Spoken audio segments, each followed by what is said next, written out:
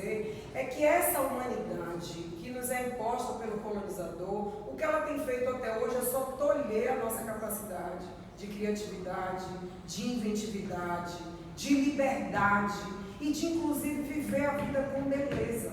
Porque uma das coisas bonitas que ele diz é isso: eles são tristes, eles produzem um mundo triste e eles querem também nos fazer tristes. Então é importante que a gente entenda isso. Quando a gente está falando de representação negra e dessa literatura a que nega, né, a nossa interesse enquanto humanos, ou essa que atende, né, a nosso interesse enquanto humanos, a gente está na disputa disso. A gente está na disputa por esse que parece um conceito básico, mas que a nós, de certa forma, né, nos é negado. E aí eu queria apontar a partir de um teórico que eu também gosto muito, que é Renato Nogueira, que ele vai dizer assim: deixa para lá esse conceito, né, dessa humanidade ocidentalizada e dessa universalidade, que eles já capturaram a tal modo que não dá mais para a gente disputar. Vamos para outro lado, vamos exercer e vamos disputar e vamos proclamar e valorizar a pluriversalidade, que dê conta dessa constelação de constituições, né, de sujeitos que a gente tem, que essa dimensão ocidental de humanidade nos nega. E aí, isso é fundamental para a gente discutir literatura ou qualquer arte, porque uma das coisas que a gente cai é na ideia de que a arte é universal. Né? Você às vezes vai disputar isso com um professor no departamento. Literatura negra, né, é literatura, porque o ser humano é universal, então isso está na base, né, do entendimento não só da literatura e da nossa necessidade de existir nela, mas como em qualquer arte. Aí eu trouxe um exemplo aqui, que eu ia colocar o som, mas já desisti, porque a gente pensa em falar uma coisa e depois a gente vai para outra. Mas eu vou botar aí o Ipiti-Piti aqui, né? Aquela canção, né, que fez sucesso demais, né, em uma determinada década de 90, se não me engano, né? Que era chamada de lambada, né? A gente se acabava na periferia com aquela música e era chamada de lambada francesa. Eu lembro que à época a gente tinha a música lenta, que era a hora de trocar os beijinhos, né? E a música agitada. O agitado e o piti-piti era um sucesso. E eu não entendi aquela ideia, lambada francesa. Francês pra gente é todo mundo, né? Via aquela ideia de uma coisa branca. E por que a gente se acabava tanto com o ipiti-piti? Logo depois, assim, anos depois, a gente vai se deparar, né, com uma mini orquestra, né, na verdade que eles são, né, de negros que são das Antilhas e que de franceses, né, é só o processo de colonização. O que é isso, gente? Aquela arte já conversava com o nosso corpo, ainda que eles tivessem colocado debaixo de uma águia na capa, né, do disco e dissesse que era a lambada francesa, que isso representava um apagamento, nosso corpo reconheceu que ali tinha uma coisa nossa, né? Que até hoje, quando essa música toca, eu fico toda buliçosa, né? Então, é um diálogo de uma arte, né, que demarca uma presença nossa. E o que é que isso tem a ver com a literatura? Tudo. Ontem eu vi Fabiana Lima, né, Megan Faia, potente como ela é em duas situações, né? Eu ri na primeira situação, né, para regozijar na segunda. Ela recitava com toda a sua força na casa Jorge Amado, né, uma plateia muito mais, né, de pessoas não tinha só um público que aprecia a literatura negra, até porque a mesa também ela era composta de outras vozes, e quando ela recitou uma das partes que dizia kkk sua desgraça, né, e uma outra que ela dizia assim, pé na cabeça dos maristas, uma coisa assim, tinha um branco na minha frente, que o cara quase cai da cadeira, né? E na hora a Nega Faia percebeu a interação dele com o poema e ao final ela fez assim, olha gente, é só um poema, viu? Eu não me aguentei. Aí a gente migra para um outro lugar, a mesma Nega Faia, 40 minutos depois está em uma mesa lá no Teatro do Sesc, com a juventude, parece que de mais velho, lá só tinha eu e Jó, e mais alguns, mas assim, uma juventude negra de vários bairros periféricos de Salvador, no mesmo lugar em que o branco quase cai na cadeira, a plateia quase vem abaixo, né? Os meninos gritando e aplaudindo. Gente, a gente está falando disso quando a falando de representação, a gente está falando como a arte nos toca, né? E que isso é uma quebra dessa dita, né, arte universal, que em tese atenderia todo mundo. Né? Se o livro de Negra Faia tivesse que passar por aquele sujeito que quase cai da cadeira, não passaria nunca. Né? Ele nunca levaria para uma sala de aula dele, né? Ele nunca entenderia a força da violência daqueles versos diante de uma sociedade que nos violenta. Então, eu vou localizar rapidinho 3 pontos. Eu tinha localizado, inclusive, com algumas partes aqui, mas eu vou desistir de ir para as obras, até porque a gente está com um público que talvez seja melhor essa troca com vocês, mas eu tinha selecionado alguns aspectos assim para fazer uma leitura, mas eu selecionei 3 pontos para a gente discutir esse movimento de falar das representações negras na literatura. É a representação feita pelos brancos e brancas, e aí eu vou trazer como exemplo Jorge Amado mesmo, né? É uma representação nossa que é feita pela branquitude, em especial essa branquitude que é a cara do poder, né? O homem cis, hétero, né? Branco como ele. Outro é a representação dos que são embranquecidos também pela crítica, a exemplo de Machado de Assis. Enquanto docente e educadora, eu sou defensora de que não só a gente leve a literatura negra, mas que a gente consiga produzir uma crítica negra, né, que retire o que, eu não vou lembrar o nome do teórico agora, mas ele vai chamar de ignorância epistemológica. Porque há, em muitos casos, uma ignorância epistemológica que faz com que a gente embranqueça autores, a exemplo de Machado de Assis, e talvez deixe de enxergar o movimento que ele também propõe enquanto autor, enquanto um autor, né, negro, né, que não dá para tirar aquilo que você se constitui no seu momento da escrita. E o outro é a representação feita, de certa forma, pelos que acenderam e não apagaram a lâmpada da consciência, né? Como nós temos aqui na mesa tanto o Cláudio quanto o Jaime, que escreve, quanto a Ana Jara e vários outros que acenderam essa lâmpada da consciência, que Kuti disse, mantém ela acesa na literatura e são faróis, né, fortalecedores nossos. Então, rapidinho para eu falar sobre isso, né? Tem um trecho, eu trabalho com Capitães de Areia, as escolas, inclusive do ensino fundamental, os meus estudantes chegam com Capitães de Areia, né? Eu vou fazer a leitura só de um trechinho, porque eu acho importante, né?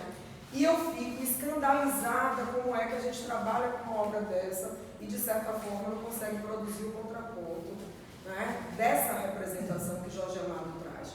E isso nega o autor? Não nega o autor, mas diz que ao trazê-lo para a sala de aula, ao trabalhá-lo, ao refleti-lo, a gente tem a obrigação de visibilizar questões como é que eu vou mostrar aqui para vocês. Dora está com ele, né? É Pedro Bala falando do seu amor. Dora está com ele, sem sol, sem liberdade, foi levada para um orfanato, noiva. Antes que ela aparecesse, ele nunca pensava nesta palavra, noiva. Gostava de derrubar as negrinhas do areal. As negrinhas do areal, nenhuma delas tem nome. Todas elas são as negrinhas do areal. Derrubar as negrinhas do areal significa estuprar as negrinhas do areal. Eu me emociono quando eu pego esse trecho, porque teve um estudante vítima, né, de uma violência, né, sexual, que ao ler esse trecho e vir falar comigo, isso aqui a machucou profundamente. Né? Naquele momento, a carne negra dela entendeu o que estava ali escrito e a carne negra dela reagiu diante, né, desse texto e diante dessa representação. E aí ele vai... era outra maneira de amor. Passava numa confusão. Ele nunca tiveram a ideia perfeita do amor e aí segue, né? Quer dizer, o amor é para Dora, que está dentro de um perfil, que é o perfil da mulher amável, né? Que é a mulher branca, pura, cândida, como ele a representa, e as negrinhas do areal não tem nome, né? Elas são generalizantes. E aí vem para uma das cenas mais dolorosas, né, dessa obra, que eu não vou dizer que não é uma obra que a gente não deve trabalhar, é o trabalho, mas a gente tem que trabalhar e tem que estabelecer a crítica necessária sobre ela. Ele vai dizer assim: Pedro sorria, um sorriso de dentes apertados, era igual a um animal feroz, caçando no deserto um outro animal para o seu almoço. O almoço é a negrinha no areal. O rosto da negrinha era de terror,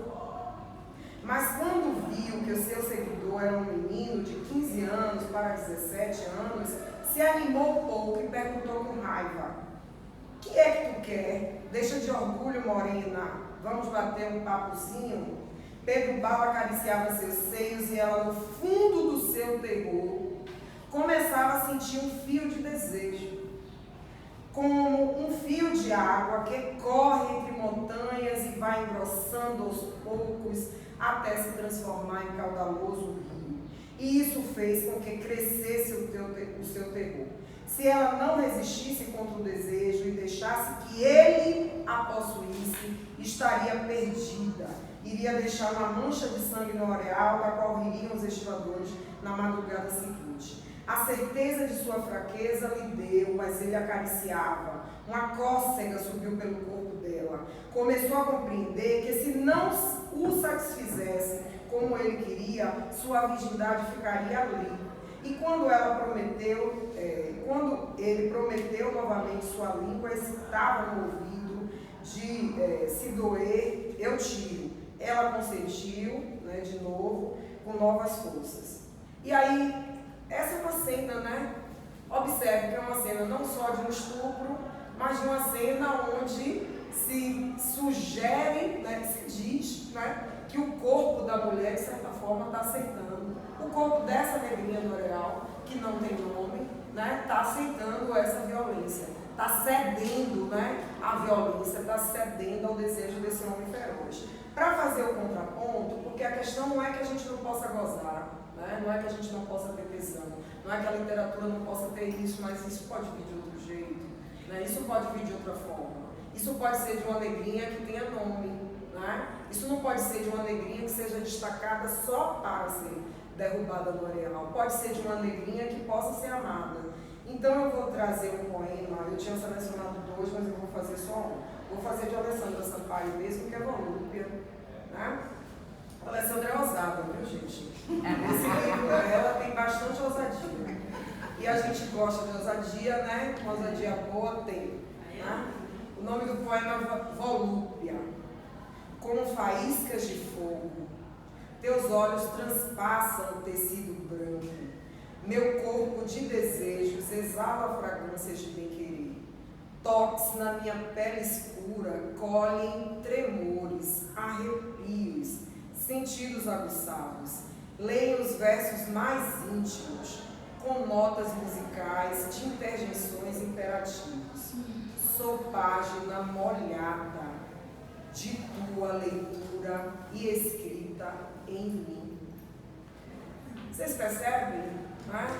Olha que coisa gostosa. Né?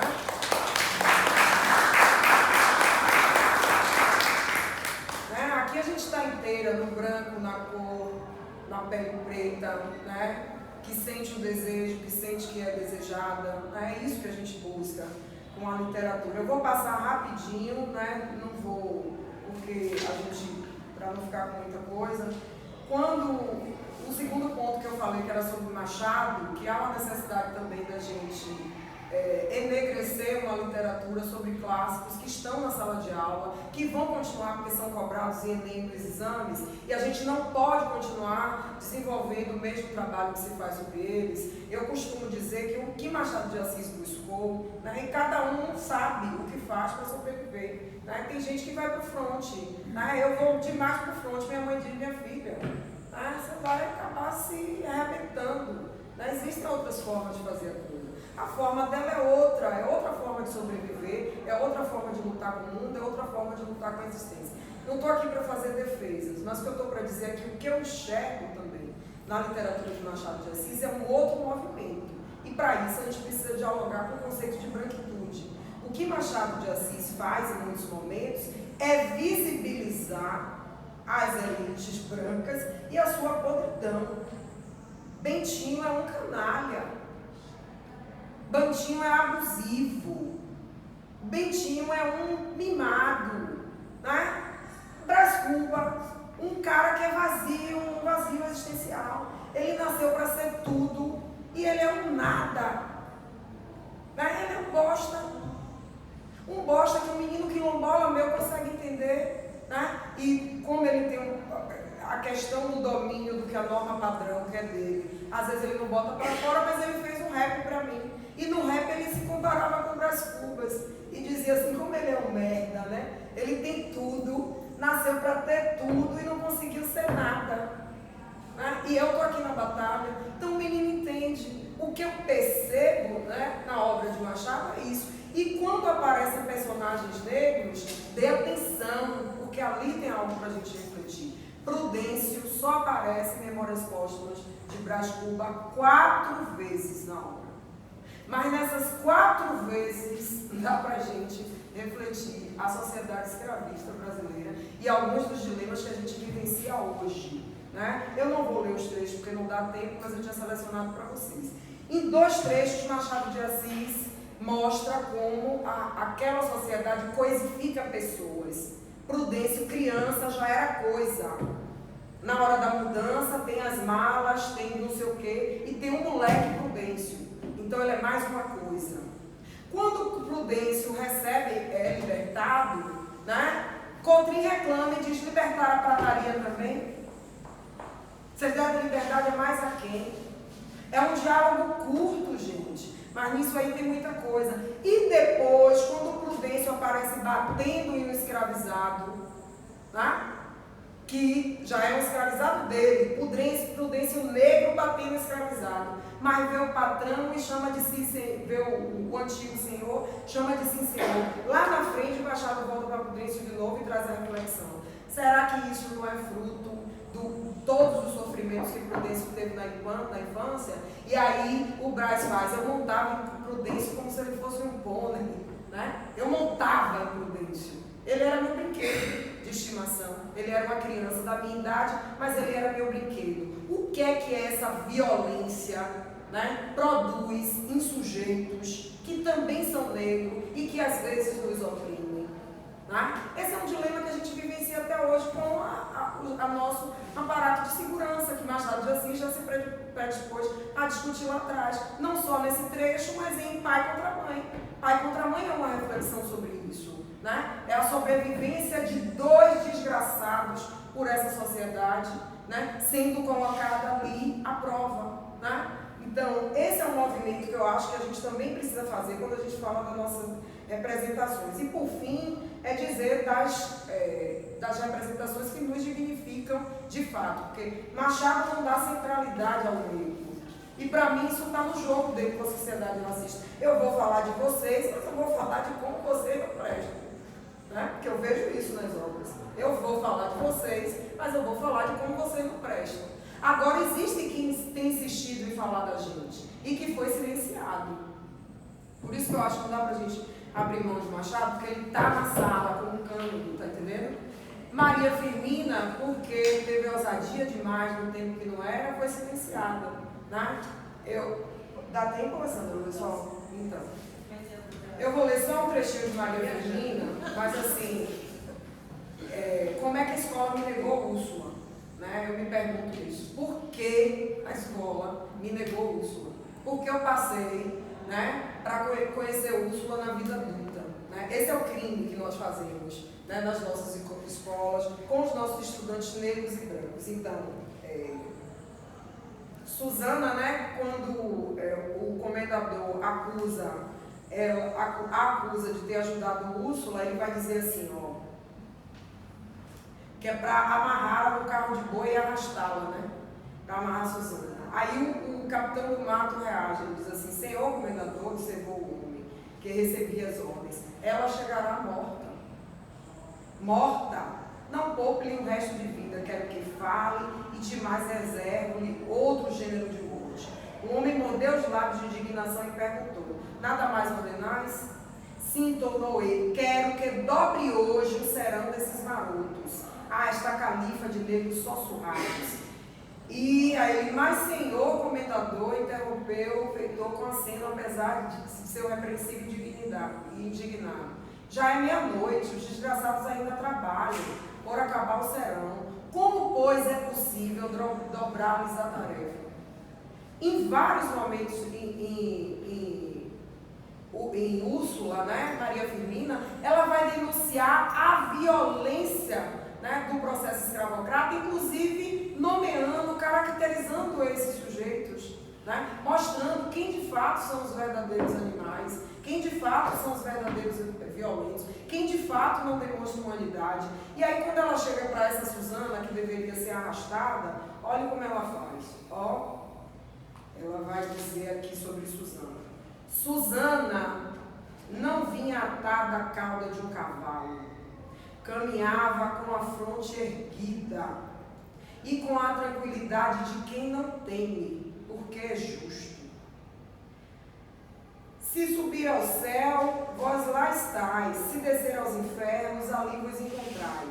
Então a voz tornou-se ao vídeo, um homem apareceu, era o ex-feitor, o padre, os negros reconheceram. Foge, Susana. Fugir? Não, meu senhor. Não sabeis que sou inocente? Louca, tornou ele. Toma o meu cavalo e foge. Que importa aquela fera tua inocência? Ó, a nomeação, fera, ela sempre faz isso. Aí vamos. Acaso não conheceis o comendador? Susana replicou-lhe com vivo reconhecimento. Os céus vos paguem tão generoso empenho, mas os que estão inocentes não fogem. Todo momento Maria Firmina faz isso nessa obra. A gente não tinha direito de ter lido, em vez de escravizaura, como me deram na escola, eu ter visto essa representação dos meus ancestrais. Eu não tinha direito a isso. Isso me foi negado. E aí, para fechar, gente, a minha fala, né, eu tinha selecionado outros poemas, mas eu vou fechar com um poema de Landê, que é... Landê é paixão. Eu trouxe alguns aqui, mas por causa do tempo, a gente vai preparando uma fala pensando que a gente vai ficar o tempo todo. Eu selecionei o de Landê aqui, que vai falar sobre a invisibilidade, né, que se submete às Marias Firminas, mas a gente está produzindo Marias Firminas agora no presente. Quando a gente não leva a Najara para a nossa sala, quando a gente não leva a Cláudia Santos, quando a gente não leva a Jário Pinto, quando a gente não sabe quem é Fábio Mandingo, né? A gente está produzindo outras Marias Firminas no presente. Então não adianta trazer Maria Firmina agora e achar que está levando tudo. Não adianta levar Conceição Evaristo agora para a sala e achar que está contemplando, né? Porque depois que você atinge um certo, né, patamar de visibilidade, o que também a estratégia branca faz é retificar. Olha, tem esses dois aqui, já é o suficiente. O ponto preto do programa já resolveu. Então eu vou colocar aqui, é um poema que o Landê fez, né? Sob o Céu de Frankfurt, em 2013, foi quando a editora Ogum Talks reagiu, né, uma lista feita pelo Ministério da Cultura de escritores, né, da literatura brasileira, e invisibilizou completamente a nossa produção. Era como se não, né, existíssemos para este país. E aí o Landê fez esse poema, né, que rememora esse processo. O Landê vai dizer, o eu lírico aqui, através do nosso grande poeta, vai dizer: eu não tenho voz, escrevo por mãos que me antecedem, carregando pedras torpes, sob nenhum aplauso. Houve glórias também, e festejamos sós.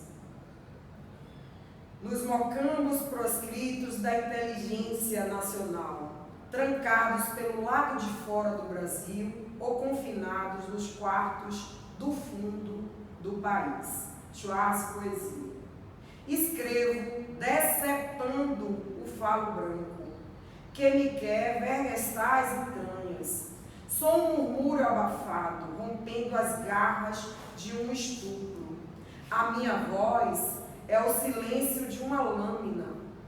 Enquanto escrevo, sussurro gritos de guerra, de ecos ensurdecedores. São ondas insurgentes contra as galés reinventadas de um país tombeiro.